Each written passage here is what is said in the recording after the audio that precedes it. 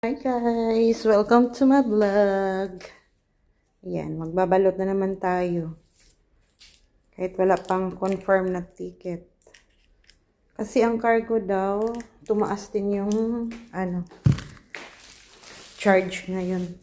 See? Ito. Ano naman ito yung shop? Ano klaseng ano to? Mabuhay. This is the Bible yan. Ito sa kasama ko. Kasamahan ko ding magbakasyon kay Lily. This is mine. Partner yan siya dito ng Malakay. Naka-deliver na po ako ng mga 5 na cargo. Tapos ito pahabol pa. Ayan naman. Kay Madam Alin. Yung partner niya. Then, ito kay Joy. Malapit na rin nag-finish contract. So, many cargo here. Then, yun, nawala na yung kay Shirley dito. Nakalipat na ng Karama. Ito naman, other room. Kaya ano ata ito, pabuhol naman ito. Dami lang cargo guys, oh. Nag-stock talaga sila lahat. Kasi nga, walang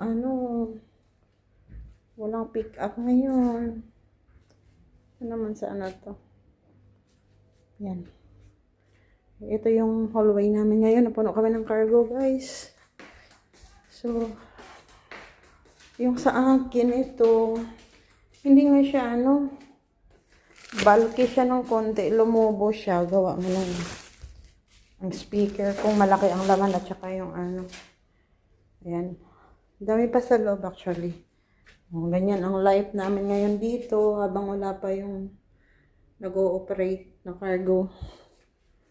Yan. Ang dami pa ako sa loob. So, ito, pahabol pa tong mga to. Di pa, kailangan pa ulit ng another box.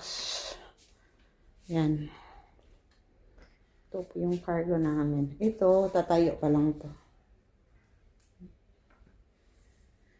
Ay, Lord, help us.